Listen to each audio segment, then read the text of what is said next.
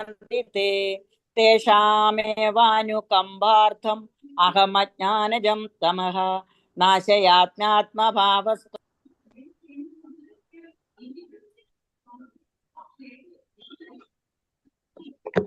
चतुर्श्लोकी भगवद्गीता।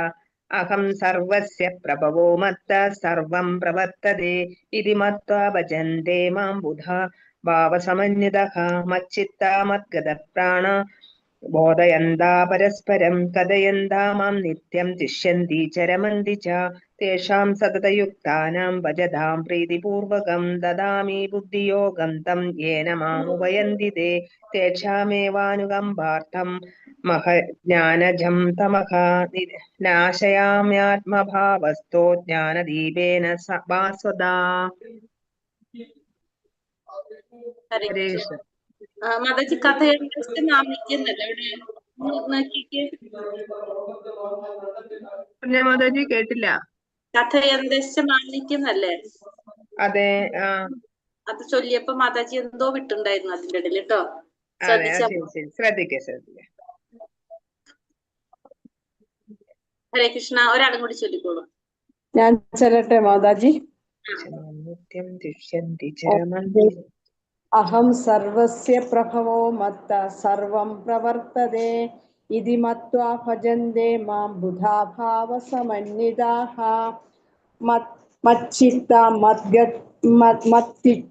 മച്ചിത്ത മദ്ഗത പ്രാണാ ബോധയന്തഃ പരസ്പരം കഥയന്തഃ ച മാം നിത്യം തുഷ്യന്തി ച രമന്തി ച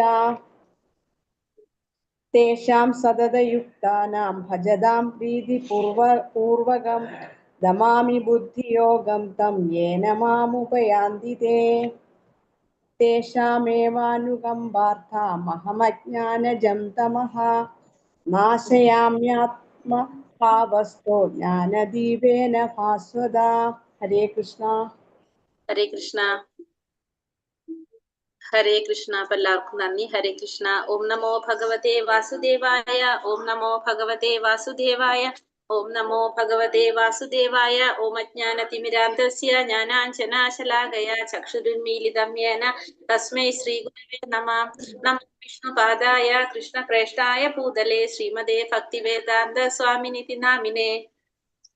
നമസ്തേ സാരസ്വതേ ദേവേ ഗൗരവാണി പ്രചാരിണേ നിർവിശേഷ ശൂന്യവാദി പാശ്ചാത്യ ദേശധാരിണേ. ജയ ശ്രീ കൃഷ്ണ ചൈതന്യ പ്രഭു നിത്യാനന്ദ ശ്രീ അദ്വൈത ഗദാധര ശ്രീവാസവ ഭക്തവൃന്ദ.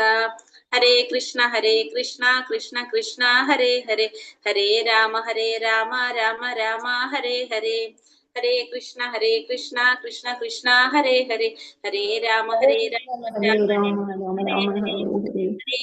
ഹരേ കൃഷ്ണ കൃഷ്ണ കൃഷ്ണ ഹരേ ഹരേ ഹരേ രാമ രാമ രാമ ഹരേ ഹരേ. ഹരേ കൃഷ്ണ. ശ്രീ ശ്രീ രാധാ ഗോവിന്ദ് ടെമ്പിൾ ഇസ്കോൺ ബാംഗ്ലൂരിന്റെ ഭഗവത്ഗീത ക്ലാസ്സിലേക്ക് എല്ലാവർക്കും സ്വാഗതം. ഹരേ കൃഷ്ണ. എല്ലാവർക്കും പ്രണാമം. ഹരേ കൃഷ്ണ. അപ്പൊ നമ്മള് 7 മുതൽ 12 വരെയുള്ള അധ്യായം ഏതായിരുന്നു? ഉഷ മാതാജി അവിടെ പോയി. ഉഷ മാതാജി പറഞ്ഞ ഏതായിരുന്നു? ഉഷ മാതാജി പറഞ്ഞ ഏതായിരുന്നു 7 മുതൽ 12 വരെയുള്ള അധ്യായം? ഭക്തിയോഗം. ഭക്തിയോഗം. ഇനി മറക്കില്ല അല്ലേ? ഇല്ല. അപ്പൊ 7 മുതൽ 12 വരെയുള്ള അധ്യായം ഭക്തിയോഗം നമ്മളെ കഴിഞ്ഞു. ഇന്ന് മുതൽ ഏത് തുടങ്ങാണ് നമ്മള്? 13 മുതല്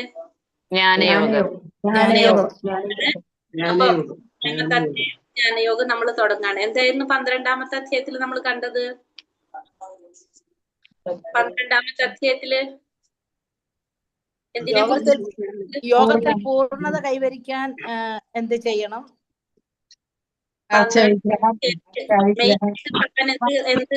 രണ്ട് കാര്യങ്ങളാണ് അതിൽ മെയിൻ ആയിട്ട് നമുക്ക് ഭഗവാൻ പറഞ്ഞു തന്നത് അല്ലേ? വിഗ്രഹത്തിനെ കുറിച്ച് പറഞ്ഞു. അതെ, ഭക്തിയുത സേവനം എങ്ങനെയൊക്കെ ചെയ്യാന്ന് നമുക്ക് 5 കാര്യങ്ങൾ ഭഗവാൻ പറഞ്ഞു തന്നു അല്ലെ? പിന്നെ ഒരു ഭക്തൻ എങ്ങനെയായിരിക്കണം, ഭഗവാന് പ്രിയപ്പെട്ട ഒരു ഭക്തൻ എങ്ങനെയായിരിക്കണം എന്നുള്ളതും ഭഗവാൻ പറഞ്ഞു തന്നു അല്ലെ? മെയിനായിട്ട് അതാണ് നമുക്ക് അതില് പറഞ്ഞു തന്നിട്ടുണ്ടായിരുന്നത് അല്ലെ? സംശയം ഉണ്ടോ ആർക്കെങ്കിലും? എങ്ങനെയൊക്കെയാണ് ഭക്തിയുത സേവനം ചെയ്യാനായിട്ട് 5 കാര്യങ്ങൾ എന്തൊക്കെയാ പറഞ്ഞത്? ബുദ്ധിയെ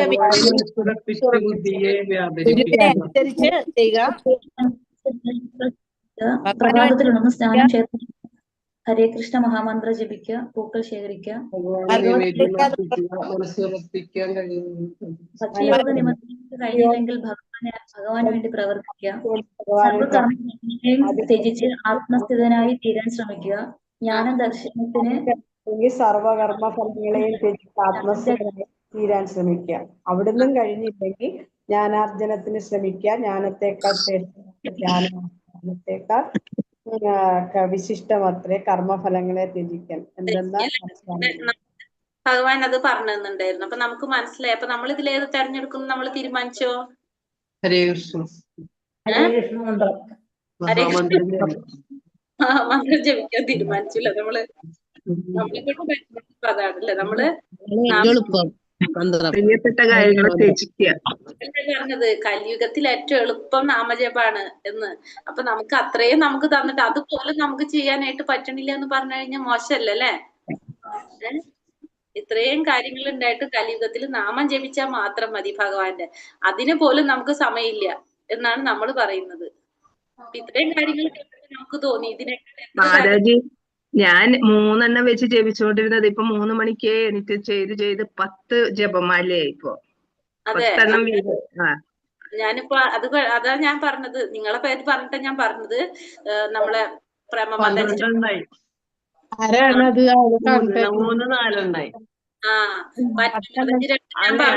സാക്ഷി കിട്ടിയപ്പോഴേ, സാക്ഷിയും കൂടി കിട്ടിയപ്പോ ഞാനാണ് ശ്രീലത. Very good. ചെറിയ കുട്ടികളൊക്കെ ചെയ്യുമ്പോ അവർക്ക് നന്നായി വരും.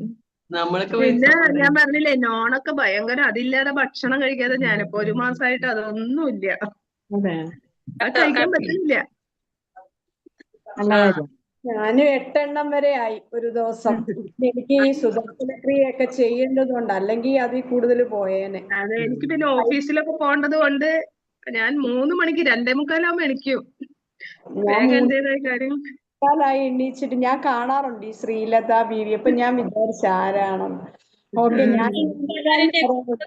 ഞാൻ മാതാജിയുടെ അടുത്ത് പറഞ്ഞു, നമ്മളെ ക്ലാസ്സിലുള്ളവര് 8:30 ബാച്ചിലുള്ളവരും 3 മണിയുടെ ബാച്ചിലുള്ളവരും ഈ 2 കൂട്ടരാണ് ക്ലാസ്സിൽ കയറുന്നത്. നാമജപത്തിൽ കയറുന്നുണ്ട് അവര്.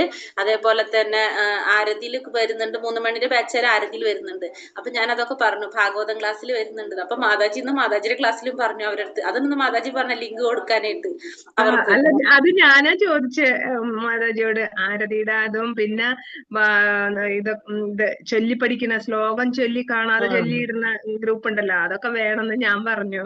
അപ്പൊ ശരി പറയാട്ടോ പറഞ്ഞു. അല്ല, അതിന്റെ ഗ്രൂപ്പ് ഇല്ലേ നിങ്ങൾക്ക്? ലിങ്ക് നമ്മുടെ ഗ്രൂപ്പിൽ ഇട്ടിട്ടുണ്ട് മാതാജി.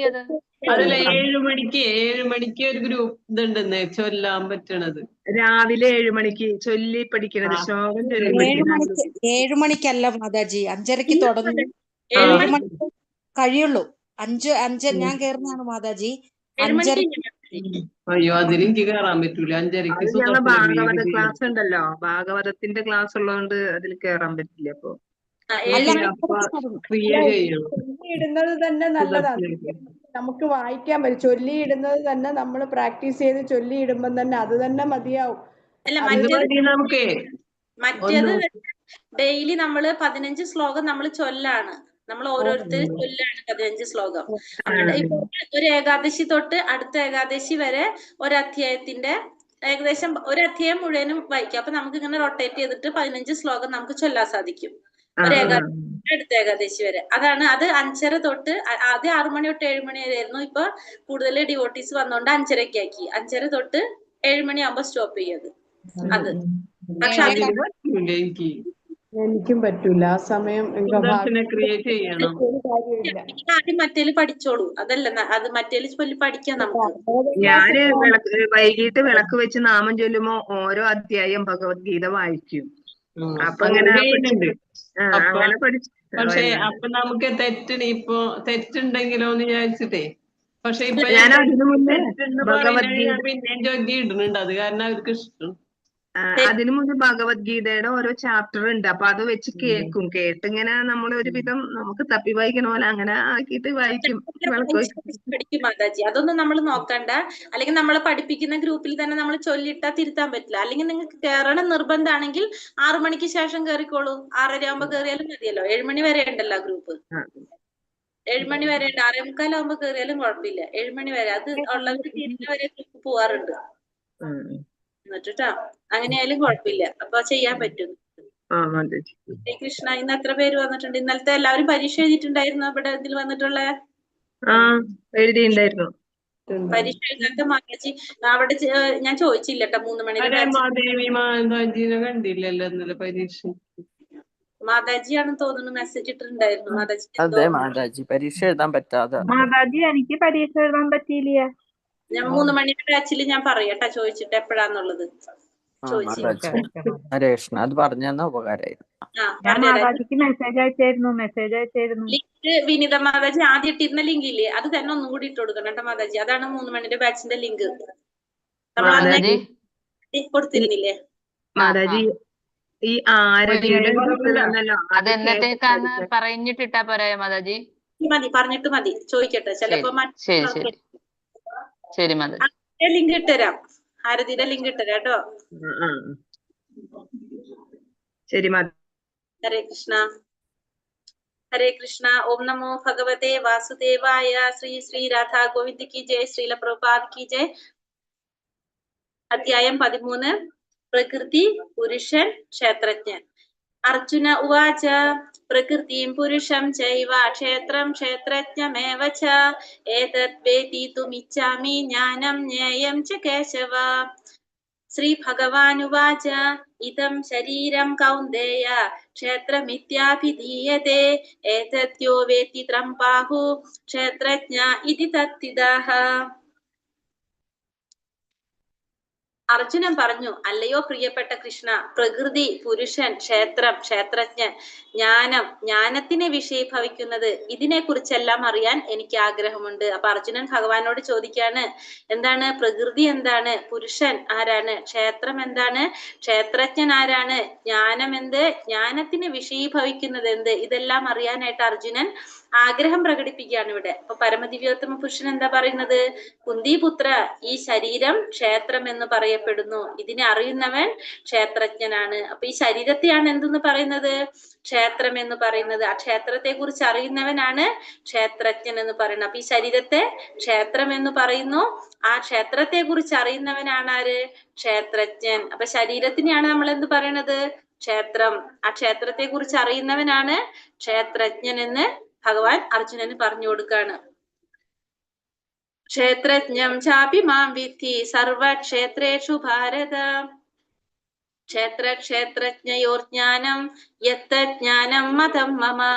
ഹേ ഭാരതവംശജ, സർവശരീരങ്ങളിലും കുടികൊള്ളുന്ന ഞാനും ക്ഷേത്രജ്ഞനാണെന്ന് നീ അറിയണം. ഈ ശരീരമാകുന്ന ക്ഷേത്രത്തെയും ക്ഷേത്രജ്ഞനെയും കുറിച്ചുള്ള അറിവാണ് ജ്ഞാനം. ഇതാണ് എന്റെ അഭിപ്രായം. അപ്പോ പറയാണ്, ഹേ ഭാരതവംശജ, ഭാരതകുലത്തിൽ പിറന്നത് കൊണ്ടാണ് അർജുനൻ എന്ത് വിളിക്കുന്നത്? ഭാരതവംശജ. സർവശരീരങ്ങളിലും കുടികൊള്ളുന്ന ഞാനും ആര് തന്നെയാണ്?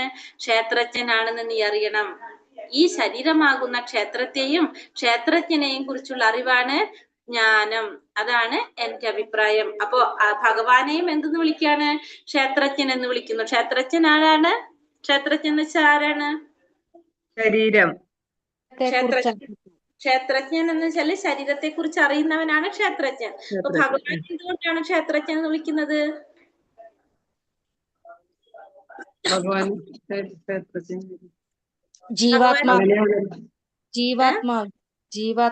ശരീരങ്ങളിലും കുടികൊള്ളുന്നു ഭഗവാൻ. സർവ്വശരീരങ്ങളിലും കുടികൊള്ളുന്നത് കൊണ്ട് ഭഗവാൻ അറിയാം എല്ലാ ശരീരങ്ങളെയും കുറിച്ച്, അല്ലെ? അപ്പൊ നമ്മൾ പറഞ്ഞു ക്ഷേത്രം എന്ന് പറഞ്ഞാൽ ശരീരത്തെയാണ് ക്ഷേത്രം എന്ന് പറയുന്നത്. ആ ശരീരത്തെ കുറിച്ച് അറിയുന്നവനാണ് ക്ഷേത്രജ്ഞൻ എന്ന് പറഞ്ഞു. അപ്പൊ ഭഗവാനും ക്ഷേത്രജ്ഞൻ തന്നെയാണെന്ന് പറയാൻ കാരണം എന്താണ്? ഭഗവാൻ സർവ്വശരീരങ്ങളിലും കുടികൊള്ളുന്നു. അതുകൊണ്ട് തന്നെ ഭഗവാനും ആര് തന്നെയാണ്? ക്ഷേത്രജ്ഞൻ തന്നെയാണ്. ഇനി പറഞ്ഞതാണ്, ഈ ശരീരമാകുന്ന ക്ഷേത്രത്തെയും ക്ഷേത്രജ്ഞനെയും കുറിച്ചുള്ള അറിവാണ് എന്ത് പറയുന്നത്? ജ്ഞാനം എന്ന് പറയുന്നത്. അപ്പൊ ശരീരത്തെ കുറിച്ചും അതായത് ക്ഷേത്രത്തെ കുറിച്ചും ക്ഷേത്രജ്ഞനെയും കുറിച്ചുള്ള അറിവ് ആണെന്ത്? ജ്ഞാനം എന്ന് പറയുന്നത്. തത്ത ക്ഷേത്രം യച്ച യാദൃച്ഛ. ഒരു മിനിറ്റ്.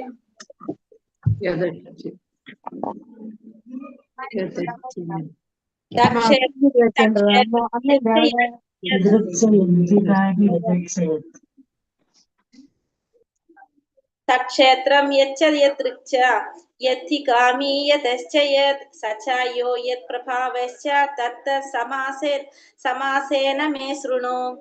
ഈ കർമ്മക്ഷേത്രം, അതിന്റെ ഘടന, അതിന് നേരിടുന്ന മാറ്റങ്ങൾ, അതിന്റെ ഉത്ഭവകാലം, കർമ്മക്ഷേത്രങ്ങളുടെ ജ്ഞാതാവിന്റെ സ്വാധീനത, ഇവയെ കുറിച്ചെല്ലാം ഞാൻ സംക്ഷിപ്തമായി പറഞ്ഞു തരാം, ദയവായി കേൾക്കൂ. ഇനി എന്താ പറയുന്നത്? ഈ കർമ്മക്ഷേത്രത്തെ കുറിച്ച്, അതിന്റെ ഘടനയെ കുറിച്ച്, അതിനെ നേരിടുന്ന മാറ്റങ്ങള്, അതിന്റെ ഉത്ഭവകാലം, കർമ്മക്ഷേത്രങ്ങളുടെ ജ്ഞാതാവ്, പിന്നെ ജ്ഞാതാവിന്റെ സ്വാധീനത, ഇതിനെ കുറിച്ചെല്ലാം ഞാൻ സംക്ഷിപ്തമായിട്ട് പറഞ്ഞു തരാം. അതെല്ലാം ദയവായിട്ട് കേൾക്കാനായിട്ട് ഭഗവാൻ അർജുനനോട് പറയാണ്. ഋഷിഭിർ ബഹുധാ ഗീതം ഛന്ദോഭിർ വിവിധൈ പൃഥക് ബ്രഹ്മസൂത്രാപഥൈശ്ചൈവ ഹേതുമദ്ഭിർവിനിശ്ചിതൈ. പ്രവർത്തന മേഖലയെയും അതിന്റെ ജ്ഞാതാവിനെയും കുറിച്ചുള്ള ജ്ഞാനം വിവിധ വൈദിക കൃതികളിലൂടെ ഋഷീശ്വരന്മാർ നൽകിയിട്ടുണ്ട്. വിശേഷിച്ച് വേദാന്ത സൂത്രത്തിൽ കാര്യകാരണ സഹിതം ഇത് സമർത്ഥിക്കപ്പെട്ടിരിക്കുന്നു. അപ്പൊ പ്രവർത്തന മേഖലയെയും അതിന്റെ ജ്ഞാതാവിനെയും കുറിച്ചുള്ള ജ്ഞാനം വിവിധ വൈദിക കൃതികളിലൂടെ ഋഷീശ്വരന്മാർ നൽകിയിട്ടുണ്ട്. അപ്പൊ എന്താ പറഞ്ഞ, പ്രവർത്തന മേഖലയെ കുറിച്ചും അതിന്റെ ജ്ഞാതാവിനെയും കുറിച്ചിട്ടുള്ള ജ്ഞാനം എന്താണ് വൈദികമായിട്ടുള്ള ഗ്രന്ഥങ്ങളില് ഋഷീശ്വരന്മാര് നൽകിയിട്ടുണ്ട്. വിശേഷിച്ചും എങ്ങനെയാണ്? വേദാന്ത സൂത്രത്തില് കാര്യകാരണ സഹിതം ഇത് സമർത്ഥിക്കപ്പെട്ടിട്ടുണ്ട്. അപ്പൊ അതിനെ കുറിച്ച് ഭഗവാൻ വിശദമായിട്ട് പറഞ്ഞു തരാന്നാണ് ഇവിടെ അർജുനനോട് പറയുന്നത്. മഹാഭൂതാന്യഹങ്കാരോ ബുദ്ധിരവ്യക്തമേവ ച ഇന്ദ്രിയാണി ദശൈകം ച പഞ്ചചേന്ദ്രിയ ഗോചരഃ ഇച്ഛദ്വേഷ സുഖം ദുഃഖം സംഘാതശ്ചേതനാധൃതിഃ ഏതത് ക്ഷേത്രം സമാസേന സാവികാരാമുദാഹൃതം. അഞ്ച് മഹാഭൂതങ്ങൾ, വിദ്യാഹങ്കാരം, ബുദ്ധി, അവ്യക്തത, 10 ഇന്ദ്രിയങ്ങൾ, മനസ്സ്, 5 ഇന്ദ്രിയ വിഷയങ്ങൾ, രാഗദ്വേഷങ്ങൾ, സുഖദുഃഖങ്ങൾ, സമദൃഷ്ടി, ജീവലക്ഷണങ്ങൾ, ദൃഢവിശ്വാസം എന്നിവയും ചുരുക്കത്തിൽ ക്ഷേത്രമായും അതിന്റെ പ്രതിപ്രവർത്തനങ്ങളായും വിവരിക്കപ്പെട്ടിട്ടുണ്ട്. ഇപ്പൊ എന്തൊക്കെ പറയണത്? 5 മഹാഭൂതങ്ങള്, മിഥ്യാഹങ്കാരം, ബുദ്ധി, അവ്യക്തത, 10 ഇന്ദ്രിയങ്ങള്, മനസ്സ്, 5 ഇന്ദ്രിയ വിഷയങ്ങള്, രാഗദ്വേഷങ്ങൾ, സുഖദുഃഖങ്ങൾ, സമദൃഷ്ടി, ജീവലക്ഷണങ്ങൾ, ദൃഢവിശ്വാസം എന്നിവയും ചുരുക്കത്തിൽ ക്ഷേത്രമായും അതിന്റെ പ്രതിപ്രവർത്തനങ്ങളായും വിവരിക്കപ്പെട്ടിട്ടുണ്ട് എന്ന് പറയാണ്. അതിനെ നമുക്ക് ഒന്നും കൂടി എന്താ പറയാ ഇലാബറേറ്റ് ചെയ്ത് പറയുകയാണെങ്കിൽ നമുക്ക് അറിയാം ഏതൊക്കെയാണ് പഞ്ചമഹാഭൂതങ്ങൾ. 5 ഏതൊക്കെയാണത്? 5 ഭൂമി, ജലം, അഗ്നി, വായു, ആകാശം. പിന്നെന്താ പറയണത്? 5 ഇന്ദ്രിയ വിഷയങ്ങള് ഏതൊക്കെയാണ്? 5 ഇന്ദ്രിയ വിഷയങ്ങള്: കണ്ണ്, മൂക്ക്, നാക്ക്, ത്വക്ക്, ചെവി. 5 ഇന്ദ്രിയ 10 ഇന്ദ്രിയങ്ങൾ ഏതൊക്കെയാണ്? 10 ഇന്ദ്രിയങ്ങള്: ഗന്ധം, രസം, രൂപം, സ്പർശം, ശബ്ദം. ശബ്ദം, കൈ, കാൽ, ഗുദം. തിരിഞ്ഞോ നിങ്ങൾ പറഞ്ഞത്? ഒന്നാമത്തെ നമ്മൾ പറഞ്ഞു ഏതൊക്കെ? പഞ്ചമഹാഭൂതങ്ങൾ പറഞ്ഞു. അത് കഴിഞ്ഞിട്ട് ഇന്ദ്രിയ വിഷയങ്ങൾ ഏതാണ്? 5 ഗന്ധം, രസം, രൂപം, സ്പർശം, ശബ്ദം. അതെ, അതാണ് ഇന്ദ്രിയ വിഷയങ്ങൾ 5 അല്ലെ. പിന്നെ അത് കഴിഞ്ഞിട്ട് പിന്നെന്താണ്? 10 ഇന്ദ്രിയങ്ങൾ അല്ലെ. 5 ഇന്ദ്രിയ വിഷയങ്ങള്, 10 ഇന്ദ്രിയങ്ങള്. ഇന്ദ്രിയങ്ങൾ ഏതൊക്കെയാണ്? കണ്ണ്, മൂക്ക്, നാക്ക്, ത്വക്ക്, ചെവി, ജനനേന്ദ്രിയങ്ങള്, ശബ്ദം, കാല്, കയ്യ്, ഗുദം, ഉൽപാദനേന്ദ്രിയം. അപ്പൊ 10 ഇന്ദ്രിയങ്ങളായി അല്ലെ. ജ്ഞാനേന്ദ്രിയവും കർമ്മേന്ദ്രിയവും വന്നു. പിന്നെ അപ്പൊ എത്ര എണ്ണം വന്നു? 10ഉം 15ഉം 5ഉം 20 അല്ലെ. ഇനി 4 കൂടി വരണ്ടേ? ഏതൊക്കെയാണ് ഇനി 4 ബാക്കിയുള്ളത്? ത്രിഗുണങ്ങള്, മനസ്സ്, ബുദ്ധി, മിഥ്യാഹങ്കാരം, ബുദ്ധി, മനസ്സ്, വിദ്യാഹങ്കാരം. രാഗദ്വേഷങ്ങൾ, സുഖദുഃഖങ്ങൾ. അങ്ങനെയാണ് ഈ 24 ഘടകങ്ങള്. ഇതിനെയാണ് നമ്മൾ എന്ത് പറയുന്നത്? കർമ്മക്ഷേത്രം എന്ന് പറയുന്നത്. 24 വിഷയങ്ങളാണ്, ഈ 24 കാര്യങ്ങളാണ്, ഈ 24 ഘടകങ്ങൾ ഉൾപ്പെട്ടതാണ് എന്ത്, നമ്മുടെ ഈ ശരീരം എന്ന് പറയുന്നത്. ഈ ശരീരത്തിന് മാറ്റങ്ങൾ സംഭവിക്കുന്നുണ്ട്. 6 തരത്തിലുള്ള മാറ്റങ്ങൾ. എന്തൊക്കെയാണ് സംഭവിക്കുന്നത്? ജനനം സംഭവിക്കുന്നുണ്ട്, വളർച്ച സംഭവിക്കുന്നുണ്ട്, പിന്നെ അത് സ്ഥിതി ചെയ്യുന്നുണ്ട്, പ്രത്യുൽപാദിപ്പിക്കുന്നുണ്ട്, പിന്നെ ക്ഷയിച്ചു സംഭവിക്കുന്നു. ഇങ്ങനെ കൂടെ കടന്നു പോകുന്നതാണ് എന്ത്, നമ്മുടെ ഈ ശരീരം എന്ന് പറയുന്നത്. അമാനിത്വമധം പീത്തോ അഹിംസ ശാന്തിരാർജവം ആചാര്യോപാസനം ശൗചം സ്ഥൈര്യം ആത്മാവിനിഗ്രഹഃ ഇന്ദ്രിയാർത്ഥേഷു വൈരാഗ്യം അനഹങ്കാര ഏവ ച ജന്മ മൃത്യുജരാ വ്യാധി ദുഃഖദോഷാനുദർശനം അസക്തിരഭിശങ്ക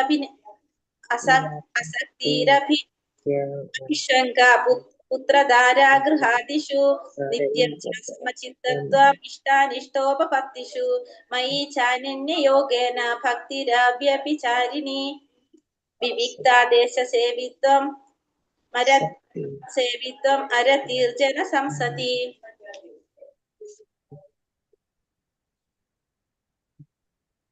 അധ്യാത്മജ്ഞാന നിത്യത്വം തത്വജ്ഞാനാർത്ഥ ദർശനം ഏതജ്ഞാനാമിതി പ്രോക്തം അജ്ഞാനം യതതോന്യത. ഇനി എന്തൊക്കെ പറഞ്ഞവിടെ? വിനയം, ഗർവില്ലായ്മ, അഹിംസ, ക്ഷമ, ലാളിത്യം, ഒരു യഥാർത്ഥ ആത്മീയ ഗുരുവിനെ സമീപിക്കൽ, ശുചിത്വം, സ്ഥൈര്യം, ആത്മസംയമനം, ഇന്ദ്രിയ വിഷയങ്ങളിൽ അനാസക്തി, മിഥ്യാഹങ്കാരമില്ലായ്മ, ജനന മരണങ്ങൾ, വാർദ്ധക്യം, രോഗം എന്നീ പരിണാമങ്ങളുടെ ദുഃഖാത്മതയെ കുറിച്ചുള്ള ബോധം, വൈരാഗ്യം, മക്കൾ, ഭാര്യ, ഗൃഹം മുതലായവയിൽ നിന്നുള്ള മുക്തി, സുഖദുഃഖങ്ങളിൽ അക്ഷോഭ്യത, എന്നിൽ സ്ഥിരവും നിഷ്കളങ്കവുമായ ഭക്തി, ഏകാന്തമായ സ്ഥലത്ത് ജീവിക്കാനുള്ള ആഗ്രഹം, ആൾക്കൂട്ടത്തിൽ നിന്ന് വേറിട്ടു നിൽക്കൽ, ആത്മസാക്ഷാത്കാരത്തിന്റെ പ്രാധാന്യം അറിയൽ, തത്വചിന്തയിലൂടെ നിരപേക്ഷ തത്വത്തെ കുറിച്ച് അന്വേഷിക്കൽ എന്നിവ എല്ലാം ജ്ഞാനമാണെന്നും ഇവയല്ലാതെ ഉള്ളവ എല്ലാം അജ്ഞാനമാണെന്നും ഞാൻ പ്രഖ്യാപിക്കുന്നു. അപ്പോ എന്താ പറയണത്? വിനയം, ഗർവില്ലായ്മ, അഹിംസ, ക്ഷമ, ലാളിത്യം, ഒരു യഥാർത്ഥ ആത്മീയ ഗുരുവിനെ സമീപിക്കുക, ശുചിത്വം, സ്ഥൈര്യം, ആത്മസംയമനം, ഇന്ദ്രിയ വിഷയങ്ങളിൽ അനാസക്തി, മിഥ്യാഹങ്കാരമില്ലായ്മ, ജനന മരണങ്ങള്, വാർദ്ധക്യം, രോഗം എന്നീ പരിണാമങ്ങളുടെ ദുഃഖാത്മതയെ കുറിച്ചുള്ള ബോധം, പിന്നെ വൈരാഗ്യം, മക്കൾ, ഭാര്യ, ഗൃഹം മുതലായവയിൽ നിന്നുള്ള മുക്തി, സുഖദുഃഖങ്ങളിൽ അക്ഷോഭ്യത, എന്നിൽ സ്ഥിരവും നിഷ്കളങ്കവുമായ ഭക്തി, ഏകാന്തമായ സ്ഥലത്ത് ജീവിക്കാനുള്ള ആഗ്രഹം, ആൾക്കൂട്ടത്തിൽ നിന്ന് വേറിട്ടു നിൽക്കൽ, ആത്മസാക്ഷാത്കാരത്തിന്റെ പ്രാധാന്യം അറിയൽ, തത്വചിന്തയിലൂടെ നിരപേക്ഷ തത്വത്തെ കുറിച്ച് അന്വേഷിക്കൽ എന്നിവയെല്ലാം എന്താണ്? ജ്ഞാനമാണെന്നും ഇവയല്ലാതെ ഉള്ളതെല്ലാം എന്താണെന്ന് പറയുന്നത്? അജ്ഞാനമാണെന്നും ഇവിടെ ഭഗവാൻ പറയാണ്. അപ്പൊ ഇത്തരം കാര്യങ്ങളെല്ലാം എന്താണ്? ജ്ഞാനത്തിൽ വരുന്നതാണ്. ഇതല്ലാത്തത് മുഴുവൻ എന്താണ്?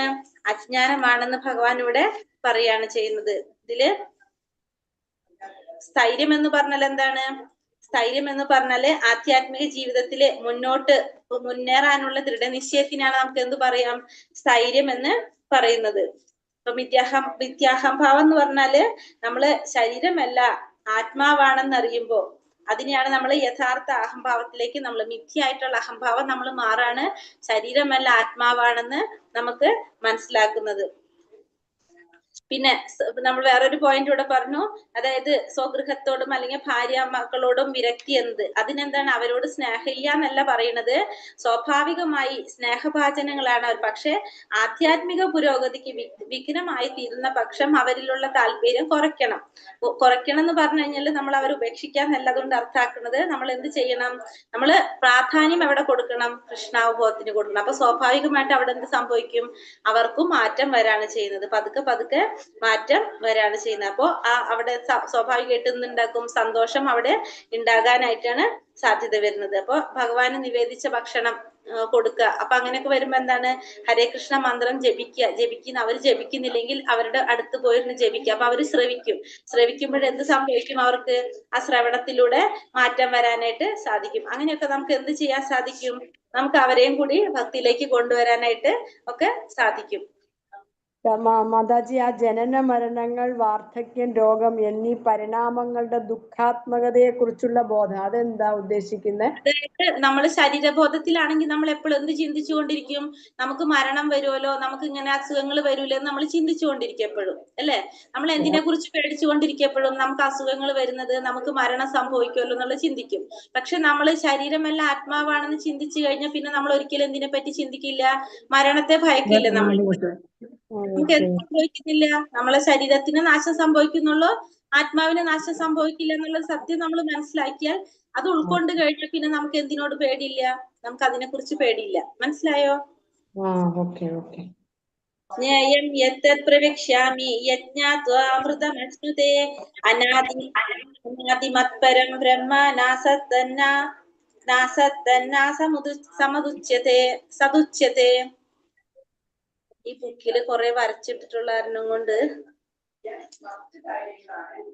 അനാദിമത്പരം ബ്രഹ്മ സതുച്യത്തെ. ഏതൊന്നിന്റെ അറിവ് സനാതനമായതിനെ ആസ്വദിക്കുന്നതിനുതകുമോ?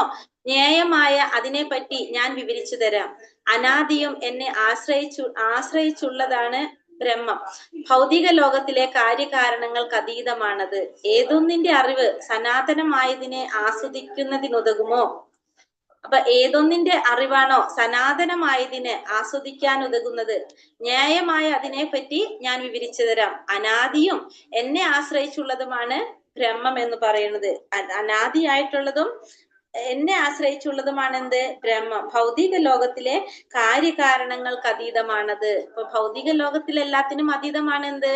ഭഗവാന്റെ ബ്രഹ്മം എന്ന് പറഞ്ഞാൽ, അല്ലെ? അപ്പൊ ഭഗവാന്റെ ബ്രഹ്മത്തിനെ കുറിച്ച് മനസ്സിലാക്കാനും എന്താണ് അനാദിയായിട്ടുള്ളതും ഭഗവാനെ ആശ്രയിച്ചുള്ളതാണ് ബ്രഹ്മം എന്ന് പറയുന്നത്. അത് ഭൗതിക ലോകത്തിലെ കാര്യകാരണങ്ങൾക്ക് അതീതമായിട്ടുള്ളതാണ്. അപ്പൊ ഏതൊന്നിന്റെ അറിവാണോ സനാതനമായതിനെ ആസ്വദിക്കാൻ ഉതകുന്നത്? എന്തിനെ കുറിച്ചുള്ള അറിവാണ്? ഭഗവാനെ കുറിച്ചുള്ള അറിവ്. ആ പരമദിവ്യോത്തമ പുരുഷനെ കുറിച്ച്, അതീന്ദ്രിയമായ ഒരു ജ്ഞാനം. ആ ന്യായമായതിനെ കുറിച്ച് ഞാൻ നിനക്ക് വിവരിച്ചു തരാന്ന് പറയുന്നത് ഏതാണ്? അനാദിയും എന്നെ ആശ്രയിച്ചുള്ളതുമാണ് എന്ത്? ബ്രഹ്മം. അപ്പൊ ഭൗതിക ലോകത്തിലെ കാര്യകാരണങ്ങൾക്ക് അതീതമാണത്. അതിനെ കുറിച്ച് പറഞ്ഞു തരാനായിട്ടാണ് ഭഗവാൻ ഇനി പോകുന്നത്. സർവതാ പാണിപാദം തത്സർവതോ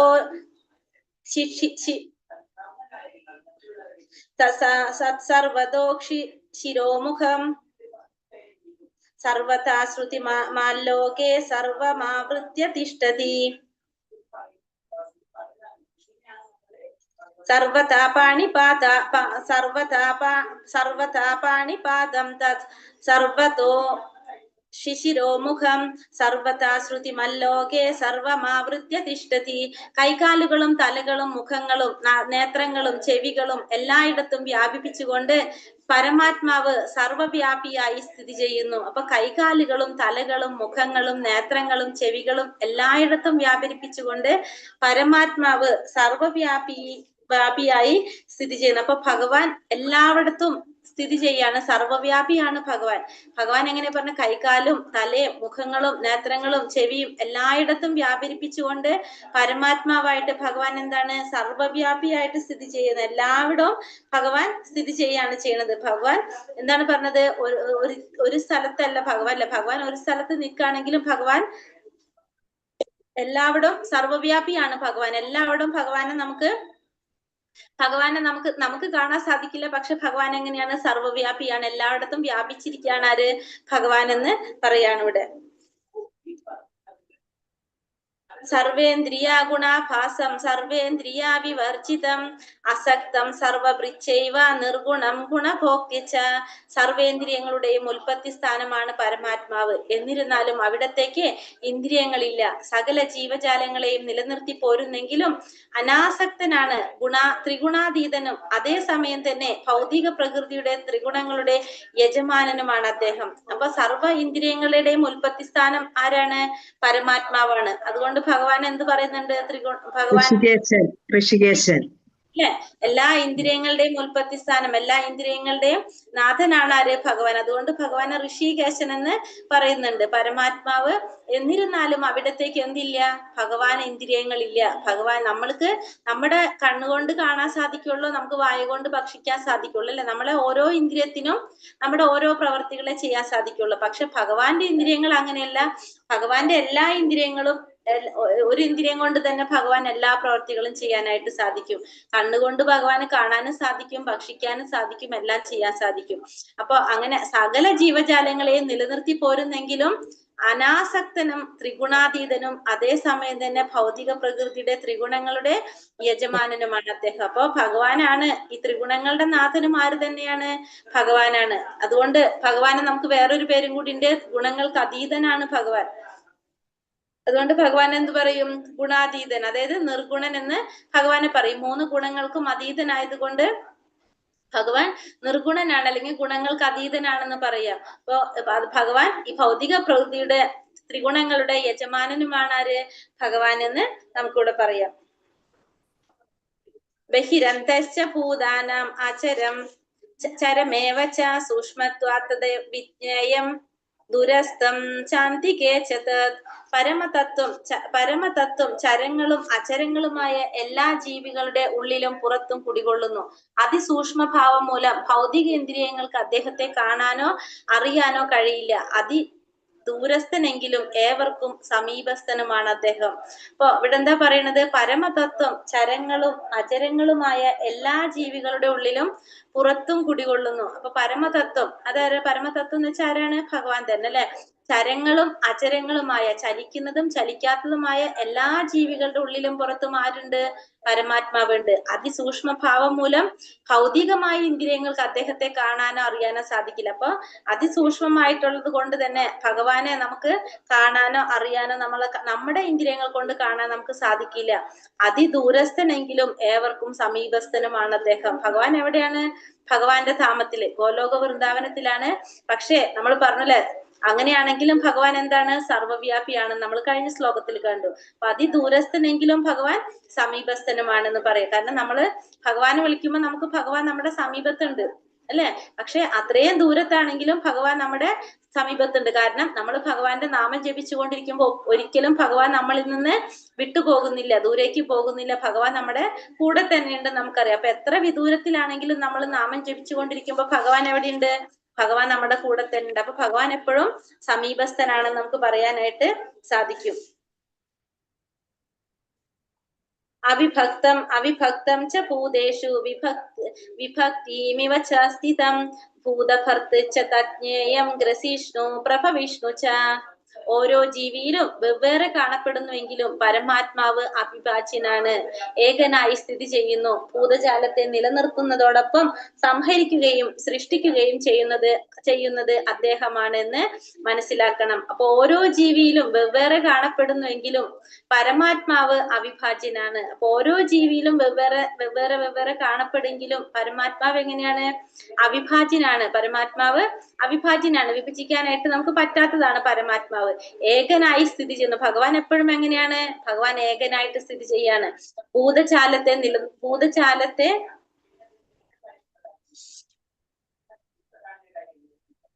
ഭൂതജാലത്തെ നിലനിർത്തുന്നതോടൊപ്പം സംഹരിക്കുകയും സൃഷ്ടിക്കുകയും ചെയ്യുന്നത് അദ്ദേഹമാണെന്ന് മനസ്സിലാക്കണം. അപ്പോ അദ്ദേഹമാണ് എന്ത് ചെയ്യുന്നത്? എല്ലാത്തിനെയും സൃഷ്ടിക്കുന്നതും നിലനിർത്തുന്നതും എല്ലാം ആര് തന്നെയാണ്? ഭഗവാൻ തന്നെയാണെന്ന് നമുക്ക് മനസ്സിലാക്കണം. അപ്പൊ ഓരോന്നിലും ഭഗവാൻ പരമാത്മാ രൂപത്തിൽ എല്ലാവരിലും ഭഗവാൻ ഉണ്ട്. ഭഗവാൻ ഏകനായിട്ടാണ് സ്ഥിതി ചെയ്യുന്നത്. ആ ഭൂതജാലത്തെ നിലനിർത്തുന്നതോടൊപ്പം തന്നെ എല്ലാത്തിനെ സംഹരിക്കുകയും സൃഷ്ടിക്കുകയും, സംഹാരവും സൃഷ്ടിയും പിന്നെന്താണ് സ്ഥിതി നടത്തുന്നത് ആര് തന്നെയാണ്? ഭഗവാൻ തന്നെയാണ് എന്ന് മനസ്സിലാക്കണം. അത് ഭഗവാന്റെ ഏത് അവതാരങ്ങളാണ് അത് ചെയ്യുന്നത്? സൃഷ്ടി സ്ഥിതി സംഹാരം നടത്തുന്നത് ഭഗവാന്റെ ഏത് അവതാരങ്ങളാണ്? ഗുണാവതാരങ്ങൾ. അതായത് ഇന്ന് രാവിലത്തെ ഭാഗവതം ക്ലാസ്സിൽ നമ്മൾ അതാ പറഞ്ഞത്, അല്ലെ? ഇന്നല്ലേ? അതായത് ഏതാണ് നമ്മൾ പറഞ്ഞു? ബ്രഹ്മ വിഷ്ണു മഹേശ്വരൻ, അതായത് ഭഗവാന്റെ തന്നെ അവതാരങ്ങളായിട്ടുള്ള. അപ്പൊ ബ്രഹ്മാവാണ് എന്ത് നടത്തുന്നത്? ഭഗവാന്റെ ഇച്ഛപ്രകാരം സൃഷ്ടി നടത്തുന്നത്. സ്ഥിതി നടത്തുന്നത് ആരാണ്? വിഷ്ണു ആണ്. പിന്നെ സംഹാരം ആവശ്യമുള്ള സമയത്ത് താണ്ഡവത്തിലൂടെ സംഹാരം നടത്തുന്നത് ആരാണ്? മഹേശ്വരനാണ്. ഇത് മൂന്നും ഭഗവാന്റെ ഗുണാവതാരങ്ങളാണ്. ഇവരിലൂടെയാണ് ഭഗവാൻ എന്ത് ചെയ്യുന്നത്? ഇത്തരത്തിലുള്ള കാര്യങ്ങള് ചെയ്യിക്കുന്നത്. ഭഗവാന്റെ ഇച്ഛപ്രകാരമാണ് ഇതെല്ലാം നടക്കുന്നത്. ജ്യോതിഷാമഭി തജ്ജ്യോതി പരമുച്യത്തെ ജ്ഞാനം ജ്ഞേയം ജ്ഞാനഗമ്യം ഹൃദി സർവസ്യ വിഷ്ടിതം. അദ്ദേഹമാണ് സർവ ജ്യോതിസുകളുടെയും സ്രോതസ്. പദാർത്ഥനിഷ്ഠമായ തമസിനെ അതിക്രമിച്ചു നിൽക്കുന്നതും അവ്യക്തമായിട്ടുള്ളതും അവിടുന്ന് തന്നെ. അറിവും അറിയേണ്ടുന്നതും അറിവിന്റെ ലക്ഷ്യവും സർവ്വഹൃദയങ്ങളിലും കുടികൊള്ളുന്നതും ആ പരമപുരുഷനാണ്. അപ്പൊ അദ്ദേഹമാണ് എന്ത്? സർവ ജ്യോതിസുകളുടെയും സ്രോതസ് ഭഗവാൻ തന്നെയാണ്. അപ്പൊ എല്ലാ ജ്യോതിസിന്റെയും സ്രോതസ് ആരാണ്? ഭഗവാനാണ്. പദാർത്ഥനിഷ്ഠമായ തമസിനെ അതിക്രമിച്ച് നിൽക്കുന്നത് ആരാണ്? ഭഗവാനാണ്. അവ്യക്തമായിട്ടുള്ളതും അവിടുന്ന് തന്നെ. അപ്പൊ അവ്യക്തമായിട്ടുള്ളതും ആര് തന്നെയാണ്?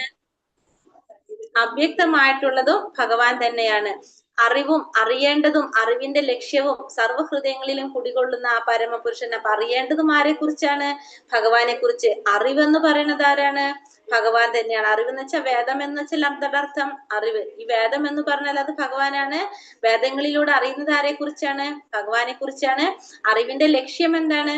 ഭഗവാനെ പ്രാപിക്കാനാണ്. അപ്പൊ സർവ്വഹൃദയങ്ങളിലും കുടികൊള്ളുന്ന ആ പരമപുരുഷനാണ് എന്ത്? പരമമായ ലക്ഷ്യസ്ഥാനം എന്ന് മനസ്സിലാക്കണം. അപ്പൊ എല്ലാത്തിന്റെയും അടിസ്ഥാനം ആര് തന്നെയാണ്? ഭഗവാൻ തന്നെയാണെന്നുള്ളത് നമ്മൾ മനസ്സിലാക്കേണ്ടതാണ്. ഇതി ക്ഷേത്രം തഥാ ജ്ഞാനം ജ്ഞേയം ചോക്തം സമാസതഃ മത്ഭക്ത ഏതദിജ്ഞായ മത്ഭാവായോപപത്യത്തെ. കർമ്മക്ഷേത്രം അതായത് ശരീരം, ജ്ഞാനം, ജ്ഞേയം എന്നിവയെ പറ്റി ഞാൻ സംക്ഷിപ്തമായി വിവരിച്ചു കഴിഞ്ഞു. എന്റെ ഭക്തന്മാർക്ക് മാത്രം ഈ വിഷയങ്ങൾ മനസ്സിലാക്കി എന്നെ പ്രാപിക്കാൻ കഴിയും. ഇപ്പൊ ഞാൻ എന്തിനൊക്കെ കുറിച്ച് പറഞ്ഞു തന്നു? കർമ്മക്ഷേത്രത്തെ കുറിച്ച് പറഞ്ഞു തന്നു, അതായത് ശരീരത്തെ കുറിച്ച് പറഞ്ഞു തന്നു. ജ്ഞാനം എന്താണെന്ന് പറഞ്ഞു തന്നു. ജ്ഞേയം എന്താണെന്ന് പറഞ്ഞു തന്നു. അതിനൊക്കെ ഞാൻ വിശദമായിട്ട് സംക്ഷിപ്തമായിട്ട് വിവരിച്ചു തന്നു. പക്ഷെ അത് ആർക്ക് മാത്രമേ മനസ്സിലാക്കി എന്നെ പ്രാപിക്കാൻ സാധിക്കുള്ളൂ? എന്റെ ഭക്തന്മാർക്ക് മാത്രം അത് മനസ്സിലാക്കി എന്നെ പ്രാപിക്കാനായിട്ട് സാധിക്കുള്ളൂ. അപ്പൊ കർമ്മക്ഷേത്രം എന്താണെന്നും ജ്ഞാനം എന്താണെന്നും ജ്ഞേയം എന്താണെന്നും ഞാനിപ്പോ സംക്ഷിപ്തമായിട്ട് വിവരിച്ചു തന്നു. പക്ഷെ എന്റെ ഭക്തന്മാർക്ക് മാത്രമാണ് ഈ വിഷയങ്ങൾ മനസ്സിലാക്കി എന്നെ പ്രാപിക്കാൻ സാധിക്കുള്ളൂ എന്നുള്ളത് ഭഗവാൻ ഇവിടെ പറയാണ്. പ്രകൃതിം പുരുഷം ചൈവ വിദ്യാനാദി ഉപാവപി വികാരാംശ ഗുണാശ്ചൈവ വിധി പ്രകൃതി സംഭവാൻ. ഭൗതിക പ്രകൃതിയും ജീവജാലങ്ങളും അനാദികളാണ്. ഭൗതിക പ്രകൃതി നിന്ന് ഉത്ഭവിച്ചവയാണ് അവയുടെ വിഭിന്ന രൂപങ്ങളും ത്രിഗുണങ്ങളും എന്ന് മനസ്സിലാക്കണം. അപ്പൊ ഭൗതിക പ്രകൃതിയും ജീവജാലങ്ങളും എന്താണ്? അനാദികളായിട്ടുള്ളതാണ്. അപ്പൊ ജീവജാലങ്ങളും ഭൗതിക പ്രകൃതി എന്ന് പറയുന്നത് അനാദികളാണ്. ഭൗതിക പ്രകൃതിയിൽ നിന്ന് ഉത്ഭവിച്ചതാണ് എന്ത്? അവയുടെ വിഭിന്ന രൂപങ്ങളും ത്രിഗുണങ്ങളെല്ലാതും ത്രിഗുണങ്ങളെല്ലാം എവിടെയാണുള്ളത്? ഭൗതിക പ്രകൃതിയിലാണ്. അപ്പൊ ഇതിനൊന്നും നമുക്ക് പറഞ്ഞ ആദി ഇല്ലാത്തതാണെന്നല്ലേ? ഭൗതിക പ്രകൃതിക്കും ജീവജാലങ്ങൾക്കും ഒന്നും എന്തില്ല? ആദിയില്ല. അപ്പൊ അതിൽ നിന്ന് ഉത്ഭവിച്ചതാണ് എന്ത്? വിഭിന്ന രൂപങ്ങളും അതുപോലെ തന്നെ ത്രിഗുണങ്ങളും. കാരണം നമുക്കറിയാം ഈ ത്രിഗുണങ്ങളൊക്കെ എവിടെ വരുമ്പോഴാണ് ഈ ത്രിഗുണങ്ങളായിട്ട് ബന്ധിക്കപ്പെടുന്നത്, അല്ലെങ്കിൽ ത്രിഗുണങ്ങളുടെ സ്വാധീനം വരുന്നത്? ഈ ഭൗതിക പ്രകൃതിയിൽ വരുമ്പോഴാണ്. അപ്പൊ അതുവരെ ജീവാത്മാക്കൾ എങ്ങനെയാണ്? ജീവാത്മാക്കള് എങ്ങനെയുള്ളവരാണ്? അതുവരെ അവര് മാലിന്യം ഏൽക്കാത്തവരാണ്. പക്ഷെ എപ്പോഴാണോ ഭൗതിക പ്രകൃതിയിലേക്ക് വരുന്നത് അപ്പോഴാണ് അവരെന്ത് ബാധിക്കുന്നത്? ആ ത്രിഗുണങ്ങളുടെ സ്വാധീനം കൊണ്ട് അവർക്ക് ദോഷം സംഭവിക്കുന്നത്, അല്ലെങ്കിൽ അവര് മാലിന്യം വന്നു പെടുന്നത്. അപ്പോഴാണ് അവര് മൂലസ്വരൂപത്തെ കുറിച്ച് മറന്നു പോകുന്നത്. അപ്പോ ഇത് ഭൗതിക പ്രകൃതിയും ജീവജാലങ്ങളും എന്ന് പറയുന്നത് അനാദികളാണ്. ഭൗതിക പ്രകൃതി നിന്ന് ഉത്ഭവിച്ചതാണ് അവയുടെ വിഭിന്ന രൂപങ്ങളും ത്രിഗുണങ്ങളും എന്ന് മനസ്സിലാക്കണം. കാര്യകാരണകർത്തൃത്വേ ഹേതു പ്രകൃതിരുച്യത്തെ പുരുഷ സുഖ ദുഃഖാനാം ഭോക്തൃത്വേ ഹേതുരുച്യത്തെ. ഭൗതികങ്ങളായ എല്ലാ കാര്യകാരണങ്ങൾക്കും ഹേതു പ്രകൃതിയാണെന്നും ഈ ലോകത്തിൽ വിവിധ സുഖദുഃഖങ്ങൾക്ക് ഹേതു ജീവസത്തയാണെന്നും പറയപ്പെടുന്നു. അപ്പൊ ഭൗതികങ്ങളായിട്ടുള്ള എല്ലാ കാര്യകാരണങ്ങൾക്കും ഹേതു എന്താണ്? പ്രകൃതിയാണ്. ഭൗതിക പ്രകൃതിയാണ്. ഭൗതികമായിട്ടുള്ള എല്ലാ കാര്യകാരണങ്ങൾക്കും കാരണം എന്താണ്? പ്രകൃതിയാണ്. ഈ ലോകത്തിൽ വിവിധ സുഖദുഃഖങ്ങൾക്ക് ഹേതു ആരാണ്? ജീവാത്മാവാണെന്നും മനസ്സിലാക്കണം. അപ്പൊ എന്താ പറയണത്, ഭൗതികങ്ങളായ എല്ലാ കാര്യകാരണങ്ങൾക്കും ഹേതു പ്രകൃതിയാണെന്നും ഈ ലോകത്തിൽ വിവിധ സുഖദുഃഖങ്ങൾക്ക് ഹേതു ജീവസത്തയാണെന്നും പറയപ്പെടുന്നു. അപ്പൊ ജീവാത്മാവാണ് സുഖദുഃഖങ്ങൾക്കെല്ലാം കാരണം. എന്താണ്? ജീവാത്മാവ്. കാരണം നമ്മൾ പറഞ്ഞു ഈ ഭൗതിക ലോകത്തിൽ നമ്മൾ വരുന്നത് എന്തുകൊണ്ടാണ്? നമ്മൾ ആ സുഖദുഃഖങ്ങൾ അനുഭവിക്കാൻ വേണ്ടിയിട്ട്, നമ്മൾ അത് ആഗ്രഹിച്ചത് കൊണ്ടാണ് നമ്മൾ ഇവിടേക്ക് വരേണ്ടി വന്നത്. അപ്പൊ അത് ജീവാത്മാവാണ് അതിന് കാരണം. ഭൗതികങ്ങളായ എല്ലാ കാരണങ്ങൾക്കും ഹേതു എന്താണ്? ഭൗതിക പ്രകൃതിയാണ്. കാരണം ഈ ഭൗതിക പ്രകൃതിയിലാണ് എന്തുള്ളത്? ഭൗതികമായിട്ടുള്ള എല്ലാ കാര്യങ്ങളും എവിടെയുള്ളത്? ഈ ഭൗതിക പ്രകൃതിയിലാണ്. അപ്പൊ ഭൗതിക പ്രകൃതിയാണ് ഭൗതികങ്ങളായ എല്ലാ കാരണങ്ങൾക്കും ഹേതു ഭൗതിക പ്രകൃതിയാണ്. എല്ലാ സുഖദുഃഖങ്ങൾക്കും കാരണം ആരാണ്? ജീവാത്മാവാണെന്ന് പറയുന്നു. പുരുഷ പ്രകൃതിസ്ഥോ ഹി ഭുക്തേ പ്രകൃതി ജാൻ ഗുണാൻ കാരണം ഗുണസംഗസ്യ സതസത്യോ നിജസ്മസു. ഭൗതിക പ്രകൃതിയിൽ ജീവാത്മാവ് പ്രകൃതിയുടെ ത്രിഗുണങ്ങൾ അനുഭവിച്ചുകൊണ്ടുള്ള ജീവിത രീതി കൈക്കൊള്ളുന്നു. ഭൗതിക പ്രകൃതിയുമായുള്ള സമ്പർക്കത്താലാണിത്. അങ്ങനെ നല്ലതും ചീത്തയുമായ നാനായോനികളിൽ ജീവൻ പിറവിയെടുക്കുന്നു. അപ്പൊ ഭൗതിക പ്രകൃതിയിലെ ജീവാത്മാവ് എന്താ ചെയ്യുന്നത്? പ്രകൃതിയുടെ ത്രിഗുണങ്ങൾ അനുഭവിച്ചുകൊണ്ടുള്ള ജീവിത രീതി കൈക്കൊള്ളുന്നു. അപ്പൊ ഭൗതിക പ്രകൃതിയുടെ സമ്പർക്കത്താലാണിത്. അങ്ങനെ നല്ലതും ചീത്തയുമായ നാനായോനിയിൽ ജീവൻ പിറവിയെടുക്കുകയാണ് ചെയ്യുന്നത്. അപ്പൊ ഇവിടെ എന്താ സംഭവിക്കുന്നത്? ഭൗതിക പ്രകൃതിയിൽ ജീവാത്മാവ് ഭൗതിക പ്രകൃതിയുടെ ത്രിഗുണങ്ങൾ അനുഭവിച്ചുകൊണ്ടുള്ള ജീവിത രീതി കൈക്കൊള്ളും. അപ്പൊ നമ്മൾ ഈ ഭൗതിക പ്രകൃതിയിലേക്ക് വരുമ്പോ നമ്മൾ പറഞ്ഞു ത്രിഗുണങ്ങളിൽ ഏതെങ്കിലും നമ്മളെ സ്വാധീനിക്കുന്നു. ഏത് ഗുണമാണോ നമ്മളിൽ സ്വാധീനം വന്നിരിക്കുന്നത് അതനുസരിച്ചായിരിക്കും നമ്മുടെ സ്വഭാവം വരുന്നത്, അതനുസരിച്ചായിരിക്കും നമ്മുടെ പ്രവർത്തികൾ വരുന്നത്, അതനുസരിച്ച് നമ്മുടെ ജീവിത രീതി മാറും. ആ ജീവിത രീതിക്ക് അനുസരിച്ചായിരിക്കും നമ്മുടെ കർമ്മങ്ങളും പ്രവർത്തികളും വന്ന് അടുത്ത ജന്മം ഏത് ശരീരം സ്വീകരിക്കണം എന്നുള്ളത് തീരുമാനിക്കുന്നത് എങ്ങനെയാണ്? നമ്മുടെ പ്രവർത്തികൾ അനുസരിച്ച്. അപ്പൊ നല്ലതും ചീത്തയുമായിട്ടുള്ള നാനാ യോനികളിൽ ജീവൻ പിറവിയെടുക്കാനായിട്ട് കാരണമാകുന്നത് എങ്ങനെയാണ്? ആ ത്രിഗുണങ്ങളുടെ അടിസ്ഥാനത്തില് നമുക്ക് വന്നിട്ടുള്ള ആ സ്വഭാവത്തിന്റെ അടിസ്ഥാനത്തിൽ അല്ലെ, ആ ത്രിഗുണങ്ങളിൽ ഏതാണോ സ്വാധീനിച്ചിരിക്കുന്നത് അതിനനുസൃതമായിട്ട് നമ്മൾക്ക് വരുന്ന സ്വഭാവം, അതനുസരിച്ച് വരുന്ന പ്രവർത്തികൾ. അങ്ങനെയാണ് നമ്മുടെ അടുത്ത ജന്മത്തില് നമ്മൾ ഏത് ജീവനാണ് ഏത് യോനിയിലാണ് ജന്മം എടുക്കേണ്ടത് എന്നുള്ളത്, നല്ലതും ചീത്തയുമായിട്ടുള്ള ഏത് യോനിയിൽ നമ്മൾ ജന്മം എടുക്കണം എന്നത് തീരുമാനിക്കപ്പെടുന്നത്. ത്രിഗുണങ്ങളാണ് അത് നമ്മളെ കൊണ്ട് ചെയ്യിപ്പിക്കുന്നത്. നമ്മൾ ത്രിഗുണങ്ങളാണ് നമ്മളിൽ എന്ത് വരുന്നത്? നമ്മൾ ആ സ്വഭാവം രൂപീകരിക്കപ്പെടുന്നത്. ഉപദ്രഷ്ടാനുമന്താച്ച ഭർത്ത ഭോക്ത മഹേശ്വര പരമാത്മേതി ചാപ്യുക്തോ ദേഹേസ്മിൻ പുരുഷ പര. ഇന്ദ്രിയാതീതനായ ഒരു ഭോക്താവുണ്ട്. ഈ ശരീരത്തിൽ സർവാധിപതിയും ഉപദ്രഷ്ടാവും അനുമതിദായകനുമായ ആ പരമപുരുഷനെ പരമാത്മാവ് എന്ന് പറയുന്നു. അപ്പൊ ഇനി ഇന്ദ്രിയങ്ങൾക്ക് അതീതനായ ഒരു ഭോക്താവുണ്ട്. അതിന് ഈ ശരീരത്തിൽ സർവ അധിപതിയും ഉപദ്രഷ്ടാവും അനുമതിദായകനുമായ പരമപുരുഷനെ എന്തെന്ന് പറയാണ്? പരമാത്മാവ് എന്ന് പറയുന്നു. അപ്പൊ നമുക്ക് ഇവിടെ എന്താ പറയണത്? ഉപദ്രഷ്ടാവായിട്ടുള്ളത്, ഉപദ്രഷ്ടാവും അനുമതിദായകനുമായിട്ടുള്ള ഒരു പരമപുരുഷൻ, അതാണ് ആര്? പരമാത്മാവ്.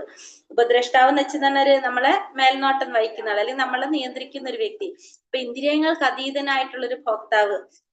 അതായത് നമ്മുടെ ശരീരത്തില് അതിന്റെ സർവ അധിപതിയും നമ്മളെ നിയന്ത്രിക്കുന്ന, നമുക്ക് അനുമതിദായകനായിട്ടുള്ള ആ പരമപുരുഷൻ നമുക്ക് എന്തു പറയാം? പരമാത്മാവ് എന്ന് പറയാനായിട്ട് സാധിക്കും. അത് ഇന്ദ്രിയങ്ങൾക്ക് അതീതനായിട്ടുള്ള ഒരു ഭോക്താവാണ്. അതാരാണ്?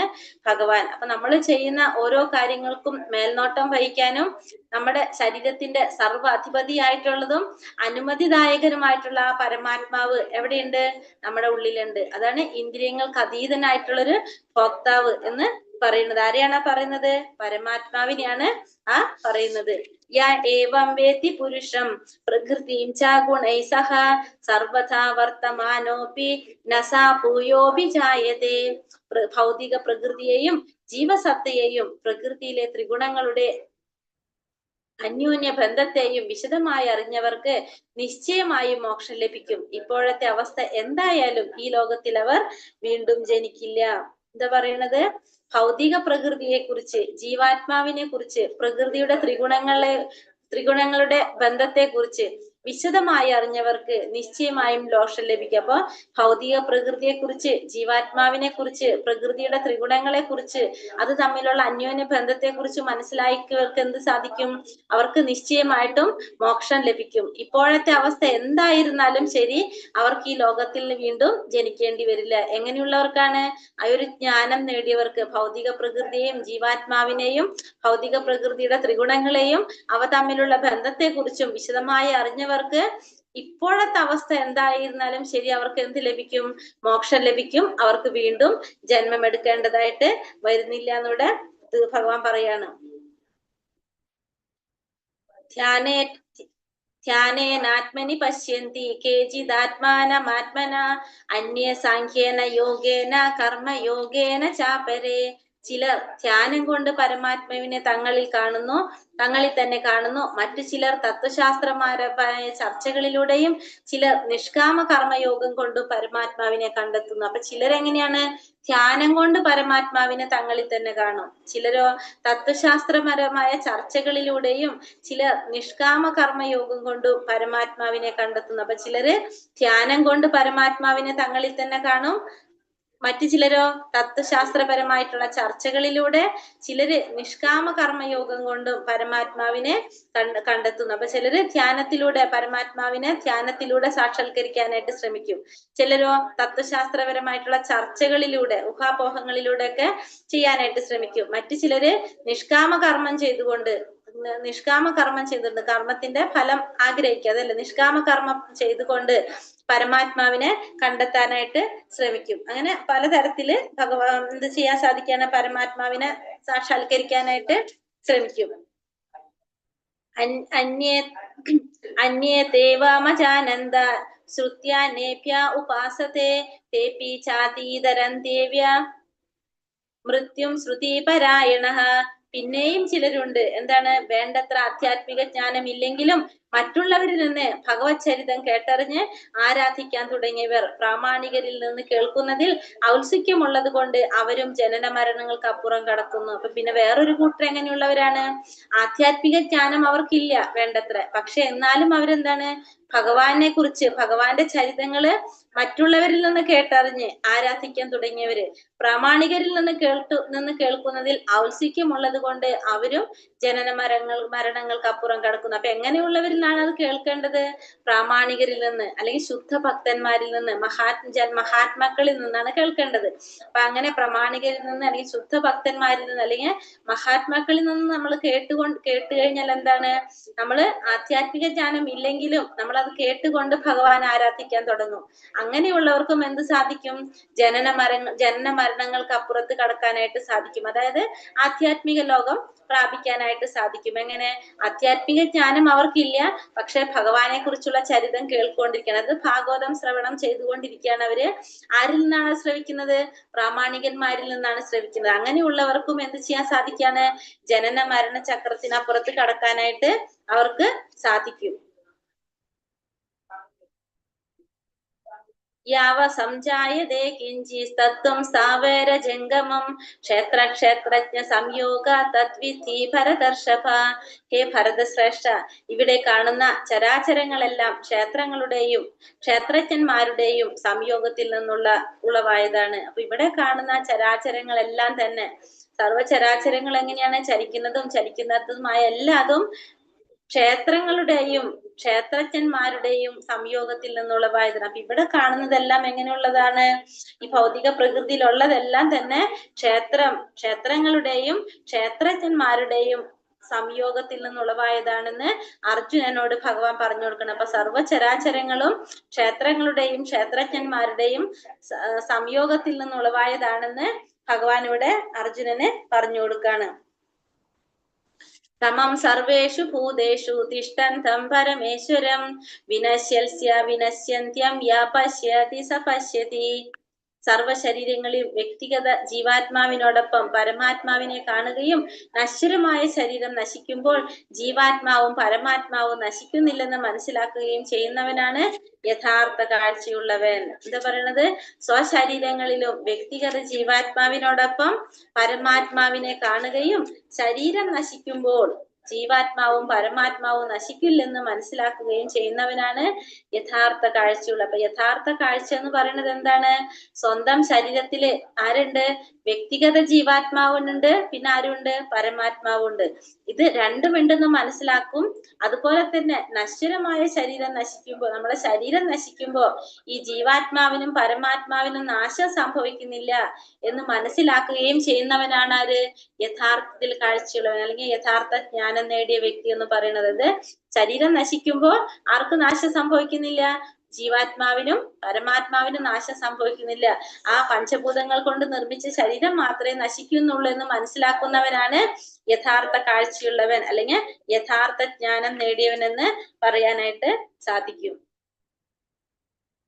സമം പശ്യൻ ഹി സർവത്ര സമവസ്ഥിതം ഈശ്വരം നഹീനസ്ത്യാത്മനാത്മാനം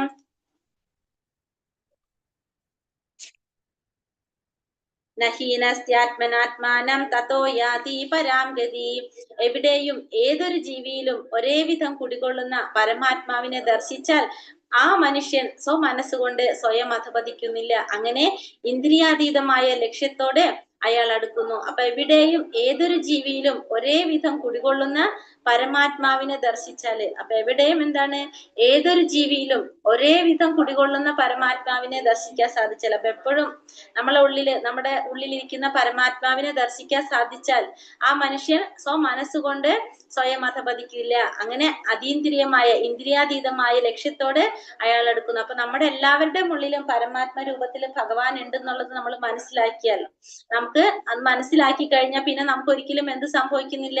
അധപതനം സംഭവിക്കുന്നില്ല. അപ്പൊ പരമാത്മാവിനെ ദർശിക്കാൻ നമുക്ക് സാധിച്ചു കഴിഞ്ഞാൽ പിന്നെ നമുക്ക് ഒരിക്കലും അധപതനം സംഭവിക്കുന്നില്ല.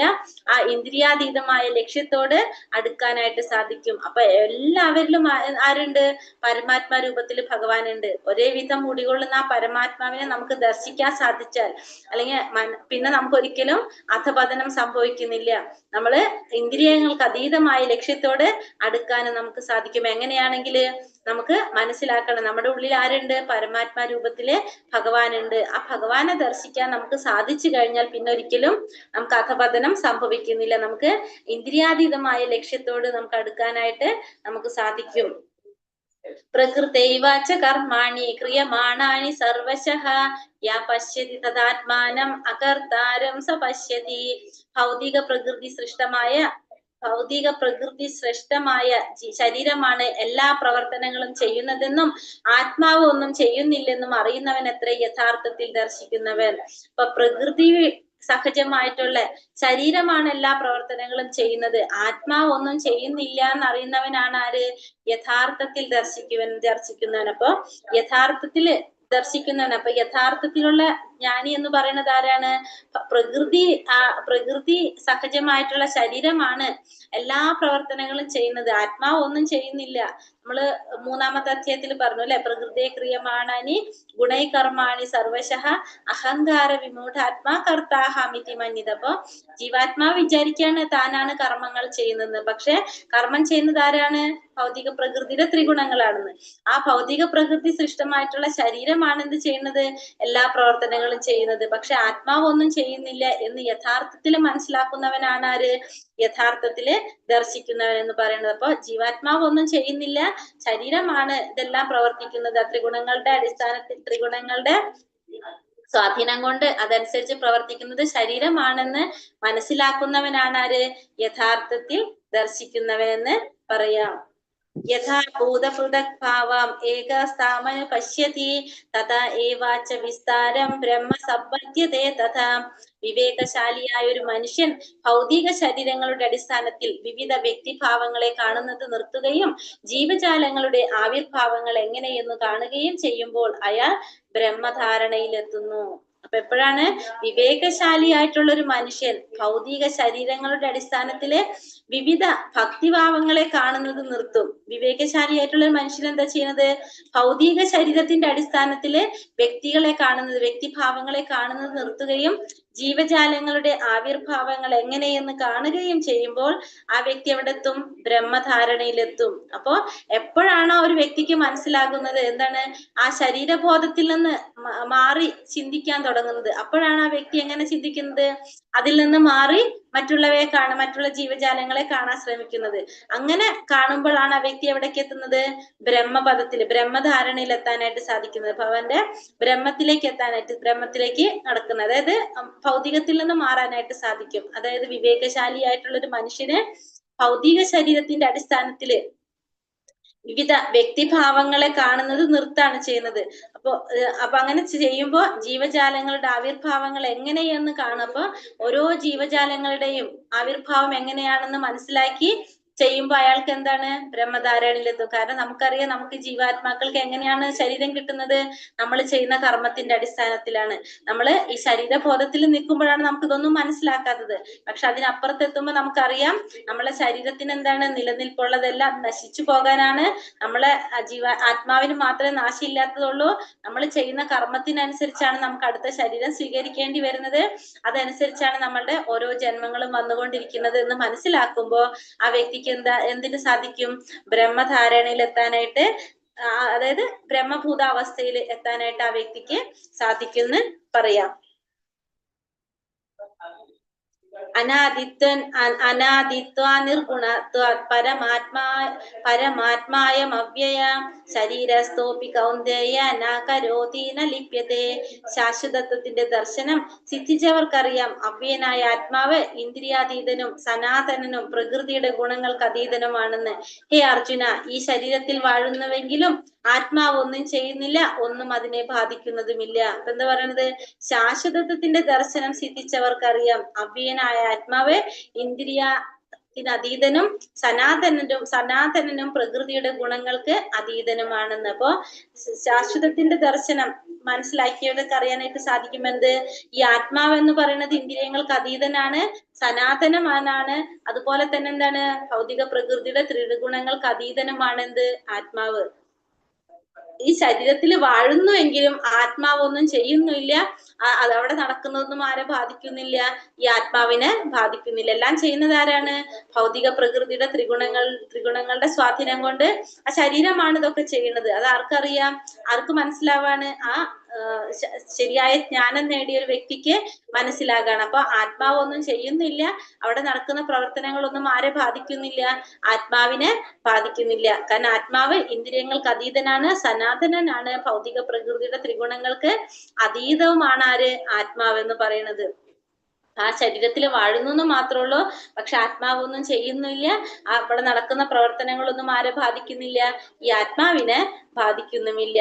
യഥാ സർവഗതം സൗഷ്മ്യാതാകാശം നോപലിപ്യത്തെ സർവത്ര വസ്ഥിതോ ദേഹേ തഥാത്മാൻ നോപലിപ്യത്തെ.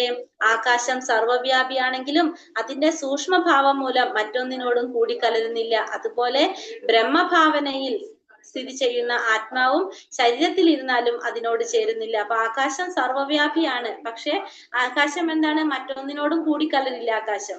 അതേപോലെ തന്നെയാണ് ശരീരത്തിൽ ആത്മാവ് ഇരുന്നാലും ഒരിക്കലും ആത്മാവ് ശരീരത്തിനോട് കൂടിച്ചേരുന്നില്ല. അപ്പൊ ആകാശം സർവവ്യാപിയാണെങ്കിലും അത് വേറൊന്നിനോടും കൂടിക്കലരാത്തത് പോലെ തന്നെ ആ ശരീരത്തില് സർവവ്യാപിയായിട്ടാണ് ഉള്ളത് ആര്? ജീവാത്മാവ് ഉള്ളത് അല്ലെ? ആ ജീവാത്മാവ് ഇല്ലാതെ വന്നു കഴിഞ്ഞാൽ നമുക്കറിയാം ആ ശരീരം നശിച്ചു പോകാണ്. ആ ശരീരത്തിന്റെ ആ പ്രജ്ഞ അത് ഇല്ലാതാകാണ് ചെയ്യുന്നത്. അപ്പൊ പക്ഷെ ആ ശരീരത്തില് ആരാണ്? ജീവാത്മാവ് ആ ശരീരത്തിനോട് ഒരിക്കലും ചേരുന്നില്ല, അതൊരിക്കലും ചേരുന്നില്ല എന്ന് പറയണം. അപ്പൊ അവിടെ ഉണ്ടെങ്കിൽ, ശരീരത്തിൽ ആ ജീവാത്മാവ് ഉണ്ടെങ്കിലും ഒരിക്കലും എന്ത് സംഭവിക്കുന്നില്ല? ആ ശരീരത്തിനോട് ആ ജീവാത്മാവ് ചേരുന്നില്ല. എങ്ങനെയാണ് പറഞ്ഞത്? ആകാശം സർവവ്യാപിയാണെങ്കിലും അത് മറ്റൊന്നിനോടും കൂടി കലരാത്തത് പോലെ ബ്രഹ്മഭാവനയിൽ സ്ഥിതി ചെയ്യുന്ന ആത്മാവ് ശരീരത്തിൽ ഇരുന്നാലും അതിനോടൊരിക്കലും ചേരുന്നില്ല എന്ന് പറയാണ് ഇവിടെ.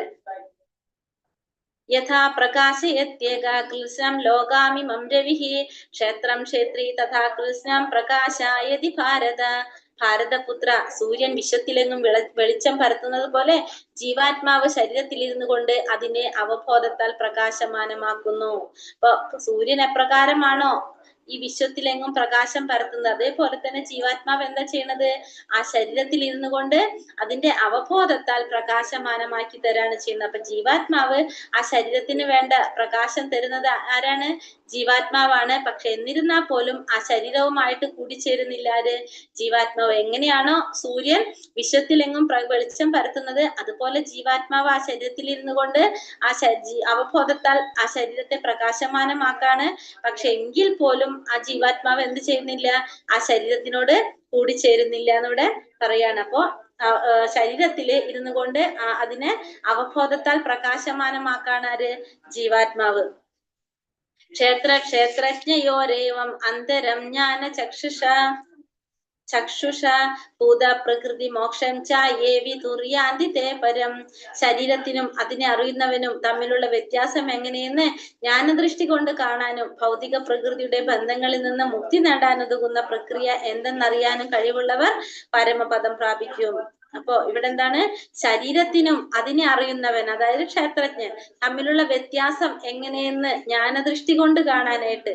അപ്പോ ശരീരത്തിനും പിന്നെ ക്ഷേത്രജ്ഞനും തമ്മിലുള്ള വ്യത്യാസം എങ്ങനെയാണെന്ന്, വ്യത്യാസം എന്താണെന്ന് ജ്ഞാനദൃഷ്ടി കൊണ്ട് കാണാനും, അതുപോലെ തന്നെ ഭൗതിക പ്രകൃതിയുടെ ബന്ധനത്തിൽ നിന്ന് മുക്തി നേടാൻ ഉതകുന്ന പ്രക്രിയ എന്തെന്നറിയാനും കഴിവുള്ളവർക്ക് എന്ത് സാധിക്കും?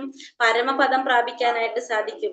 അപ്പൊ ശരീരത്തെക്കുറിച്ചും അതായത് ക്ഷേത്രത്തെക്കുറിച്ച് അറിയുന്നതിനും പിന്നെ ക്ഷേത്രവും ക്ഷേത്രജ്ഞനും തമ്മിലുള്ള വ്യത്യാസം എങ്ങനെയെന്ന് ജ്ഞാനദൃഷ്ടി കൊണ്ട് മനസ്സിലാക്കുക. പിന്നെ ഭൗതിക പ്രകൃതിയുടെ ബന്ധങ്ങളിൽ നിന്ന്, ഭൗതിക പ്രകൃതിയുടെ ത്രിഗുണങ്ങളിൽ നിന്ന് മുക്തി നേടാനും ഉള്ള പ്രക്രിയ എന്താണെന്ന് മനസ്സിലാക്കാൻ കഴിയുന്നവർക്ക് എന്ത് സാധിക്കും? പരമപദം പ്രാപിക്കാനായിട്ട് സാധിക്കും. കാരണം പരമപദം പ്രാപിക്കണമെങ്കിൽ നമുക്ക് എന്തറിയണം? നമുക്ക് ഈ ഭൗതിക പ്രകൃതിയുടെ അതിൽ നിന്ന് നമുക്ക് രക്ഷപ്പെടണം. അതിൽ നിന്ന് രക്ഷപ്പെടണമെങ്കിൽ നമുക്ക് ഈ ത്രിഗുണങ്ങളിൽ നിന്നും മറികടക്കാനായിട്ട് നമുക്ക് സാധിക്കണം. അപ്പൊ അത് മനസ്സിലാക്കി കഴിഞ്ഞാൽ അവർക്ക് എന്ത് സാധിക്കും? പരമപദം പ്രാപിക്കാനായിട്ട് സാധിക്കും. അപ്പോ എത്ര 35 ഉള്ളത്? ഹരേ കൃഷ്ണ കൃഷ്ണ കൃഷ്ണ ഹരേ ഹരേ, ഹരേ രാമ രാമ രാമ ഹരേ ഹരേ. വഞ്ചാകൽപതരൂപേശ്ച കൃപാ സിന്ധോഭ്യേവ ച വൈഷ്ണവേഭ്യോ നമോ നമഃ. അനന്തകോടി വൈഷ്ണവവൃന്ദ കി ജയ്. ശ്രീല പ്രഭുപാദ് കി ജയ്. ഗുരുദേവ് കി ജയ്. നിത്തായ ഗൗരപ്രമാനന്ദേ. ഹരി ഹരി ബോൾ. ഹരേ കൃഷ്ണ. എല്ലാവർക്കും നന്ദി. ക്വസ്റ്റ്യൻ ആൻസർ നോക്കാം നമുക്ക്. ന്യായം എന്ന് പറഞ്ഞാൽ എന്താ മാതാജി? അതാണ് ഇപ്പൊ നമ്മൾ പറയാൻ പോണത്. ന്യായം എന്ന് വെച്ചാൽ അറിവ്.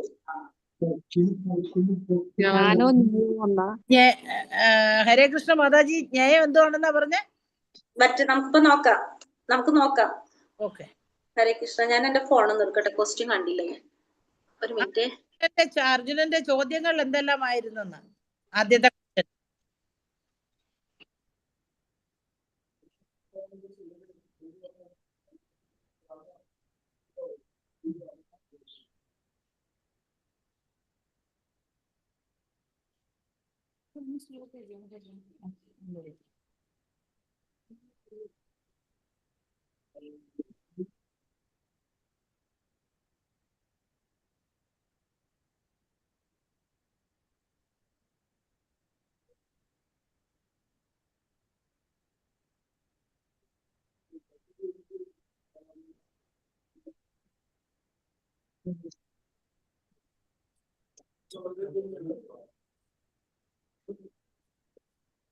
ഹരേ കൃഷ്ണ. ഒന്നാമത്തെ ക്വസ്റ്റ്യൻ എന്താണ്? അർജുനന്റെ ചോദ്യങ്ങൾ അല്ലെ? പറഞ്ഞോളൂ, എന്തൊക്കെയായിരുന്നു ചോദ്യങ്ങള്? പ്രകൃതി, പുരുഷൻ, ക്ഷേത്രം, ക്ഷേത്രജ്ഞ, ജ്ഞാനം, ചില അറിയുവാൻ ആഗ്രഹമുണ്ടെന്നാണ് പറഞ്ഞത്. അതിന് അടുത്തത് എന്താണ്? അതിന് ഭഗവാൻ ഉത്തരങ്ങൾ എന്തെല്ലാം? എന്തൊക്കെയാണ് പറയുന്നത്? ശരീരമുള്ള ഏതൊരാൾ ക്ഷേത്രജ്ഞനും ജീവാത്മാവും പ്രവർത്തനരംഗമായ ഈ ശരീരമാകുന്ന ക്ഷേത്രത്തെയും ക്ഷേത്രജ്ഞനെയും കുറിച്ചുള്ള അറിവാണ് അതല്ലേ? ശരീരം എന്ന് പറയുന്നത്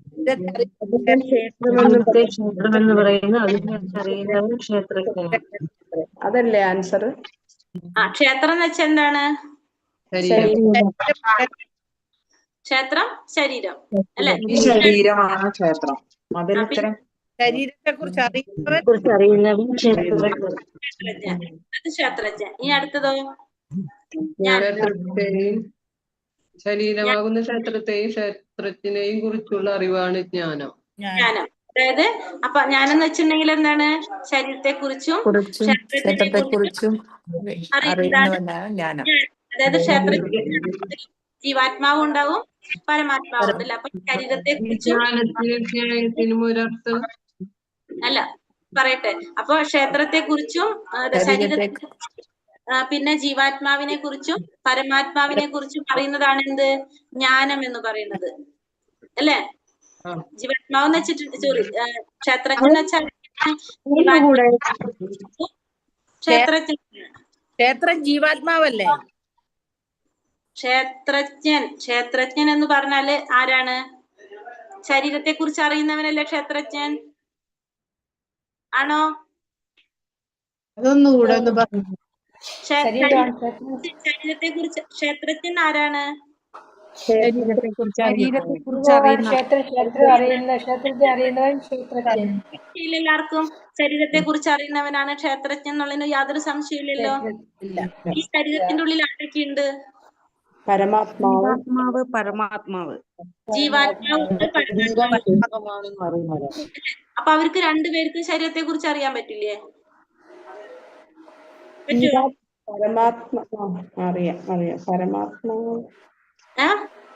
നമ്മളെ ശരീരത്തിന്റെ ഉള്ളില്, അതായത് ക്ഷേത്രം എന്ന് പറഞ്ഞാല് ശരീരത്തിനാണ് ക്ഷേത്രം എന്ന് പറയുന്നത്. ആ ക്ഷേത്രത്തെ കുറിച്ച് അറിയുന്നവനാണ് ആര്?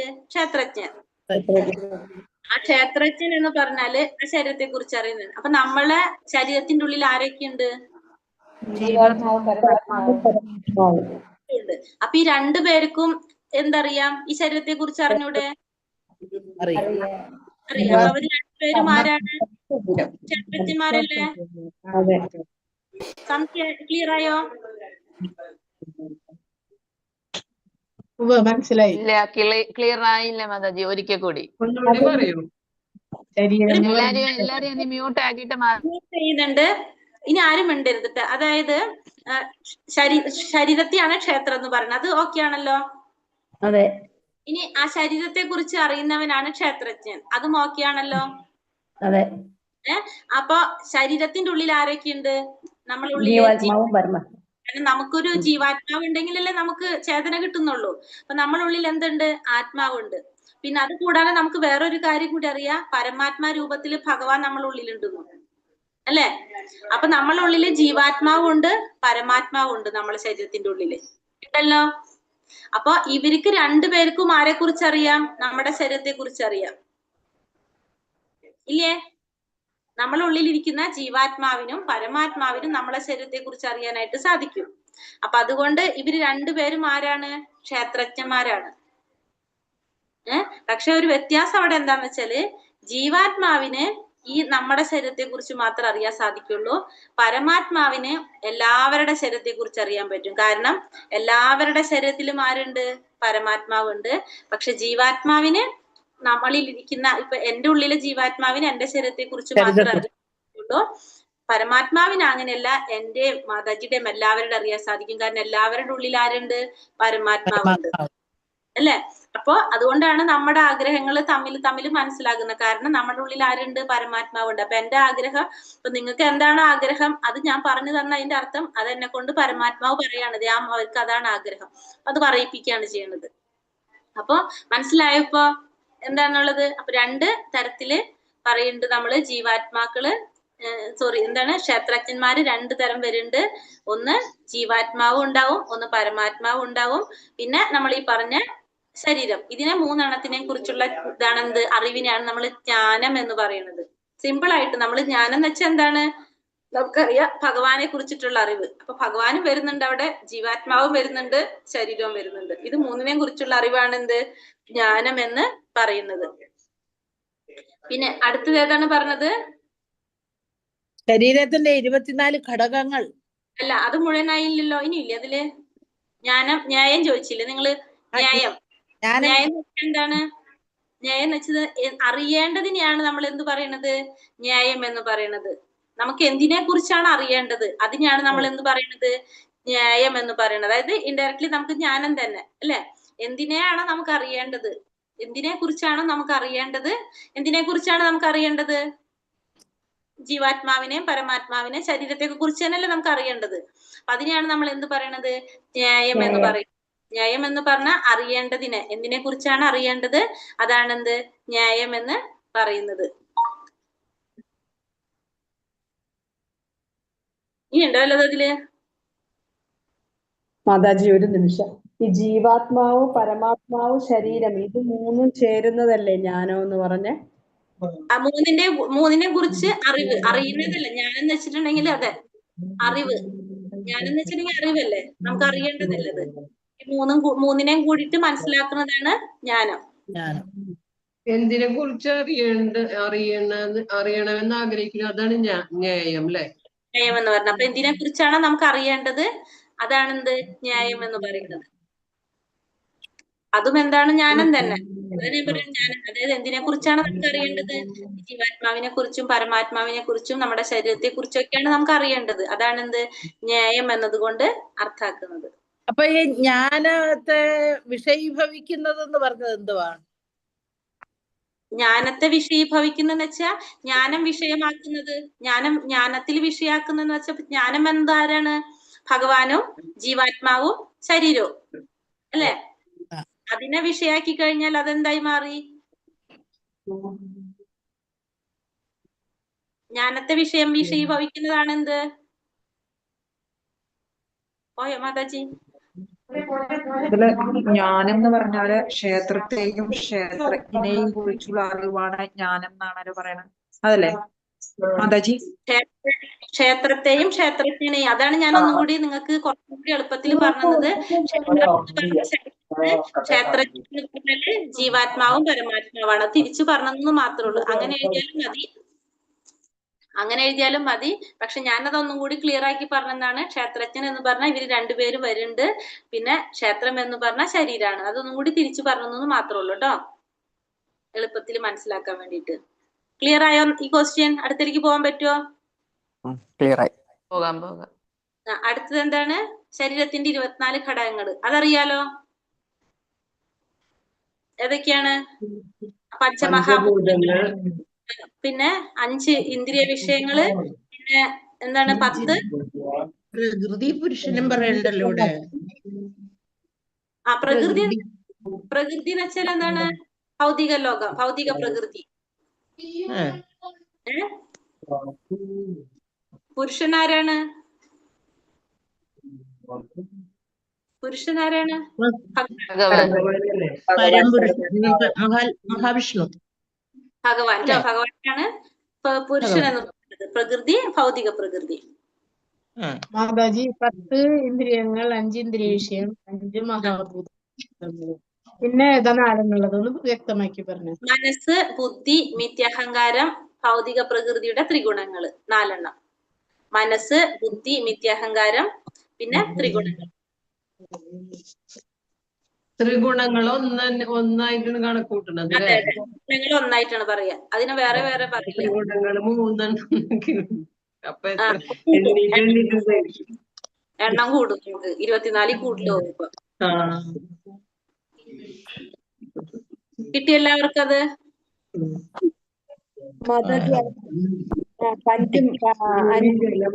വായു, ആകാശം എന്നീ പഞ്ചഭൂതങ്ങളും പിന്നെ മിഥ്യാഹങ്കാരവും